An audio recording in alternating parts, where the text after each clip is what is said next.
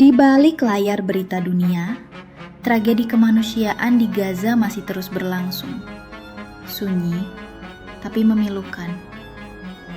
Dan kondisi warga Gaza hari ini yang paling mematikan bukan hanya sekedar bom atau roket, tapi rasa lapar yang sangat dalam. Dan lebih tragisnya lagi, mereka yang mencoba bertahan hidup dengan mendatangi titik distribusi bantuan di Gaza malah justru tewas saat mengantri makanan. Minggu pagi, ratusan warga Gaza Utara berkumpul di dekat perlintasan Zikim. Mereka tidak membawa senjata, hanya kantong kosong, berharap diisi tepung dari konvoi bantuan.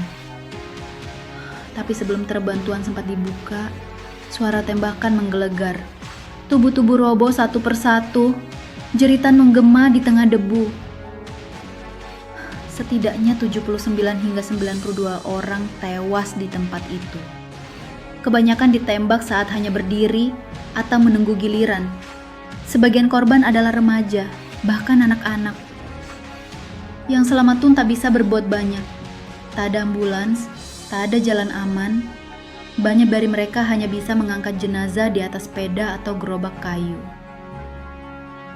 Dalam waktu singkat, rumah sakit terdekat dipenuhi para korban. Dan sebagian besar pasien hanya bisa dirawat di lantai karena ruangan sudah penuh. Banyak dari mereka akhirnya meninggal dunia karena keterbatasan obat-obatan dan alat medis. Dan kini, warga Palestina di Gaza hanya dihadapkan pada dua pilihan yang sama-sama mematikan. Mati karena peluru atau mati perlahan karena kelaparan. Bahkan untuk mendapatkan satu karung tepung pun ada harga mahal yang harus dibayarkan.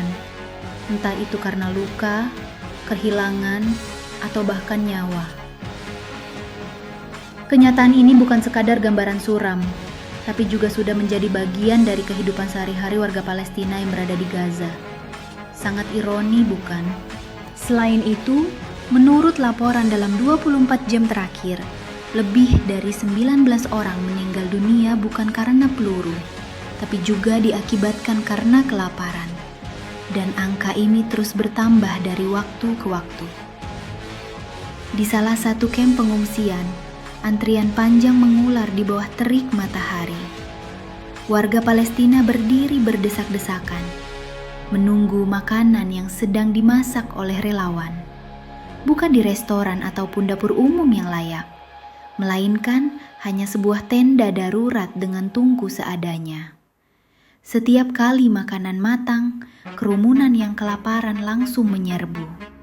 Tak jarang mereka saling dorong, jatuh, bahkan saling injak, hanya demi sesuap makanan. Hal itu terjadi dikarenakan jumlah makanan yang dimasak jauh lebih sedikit daripada jumlah orang yang datang. Saat makanan sudah matang, kerumunan berubah menjadi rebutan. Tidak ada sistem antrean yang stabil, tidak ada pengamanan. Beberapa orang bahkan terinjak dan pingsan saat mencoba merebutkan satu mangkuk nasi panas atau bubur cair. Di tengah krisis pangan yang melanda, dapur-dapur umum inilah yang menjadi satu-satunya harapan bagi ribuan warga Gaza. Namun, keterbatasan suplai membuat setiap piring makanan menjadi rebutan antara hidup dan mati. Tak ada lagi sistem antri yang teratur. Laki-laki, perempuan, hingga anak-anak berdiri saling berhimpitan menunggu giliran. Beberapa membawa panci kosong, lainnya hanya membawa tangan dan harapan.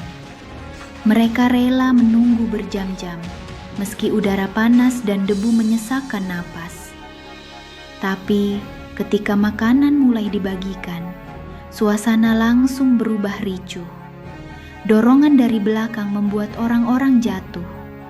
Jeritan terdengar, bukan karena emosi, tapi karena takut kehilangan kesempatan makan satu-satunya hari itu.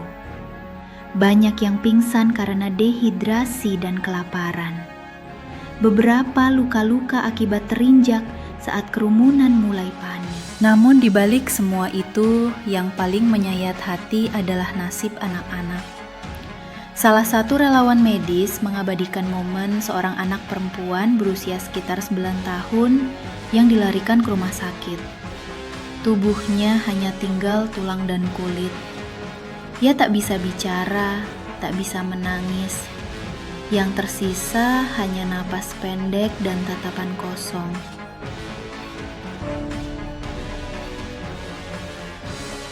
Dokter mengatakan ia menderita malnutrisi parah. Organ tubuhnya mulai gagal karena tubuhnya terlalu lama tidak mendapatkan gizi cukup. Kalau bantuan tidak datang dalam beberapa hari ke depan, banyak anak lain akan menyusul, ujar salah satu tenaga medis dengan suara lirih. Rumah sakit di Gaza saat ini tidak hanya kekurangan makanan, tapi juga listrik dan obat. Generator hanya menyala beberapa jam sehari. Pendingin rusak, banyak peralatan medis mati total. Tenaga medis harus memilih siapa yang masih bisa diselamatkan dan siapa yang harus menunggu atau menyerah. Menurut data dari beberapa organisasi kemanusiaan, lebih dari 80% warga Gaza kini mengalami kelaparan ekstrim.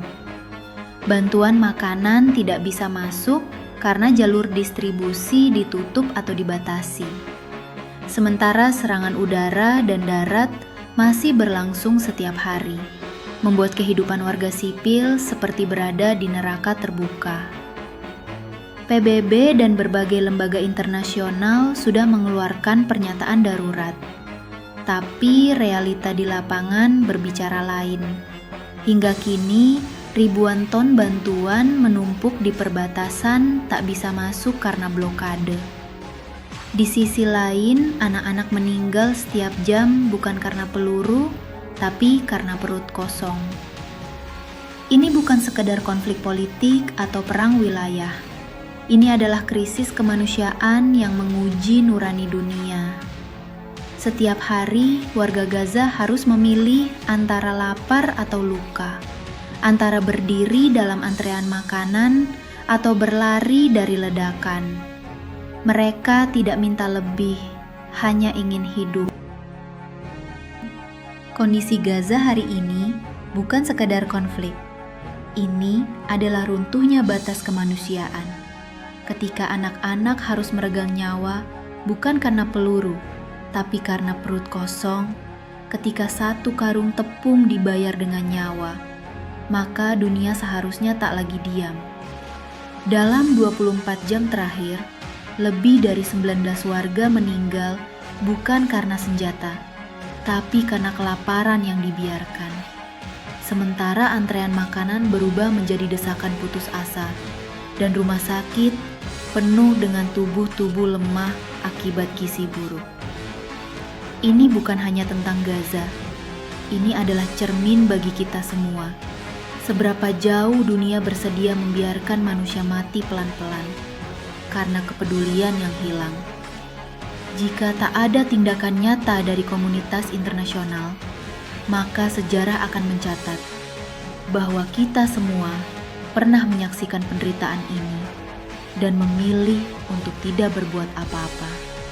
Terima kasih telah menyimak hingga akhir. Jangan diam, jangan lupakan Gaza. Mari kita doakan mereka, karena satu doa dari kita bisa jadi kekuatan bagi mereka. Sebarkan kabarnya dan bantu sebisa kita. Karena diam sama saja membiarkan penderitaan ini terus terjadi.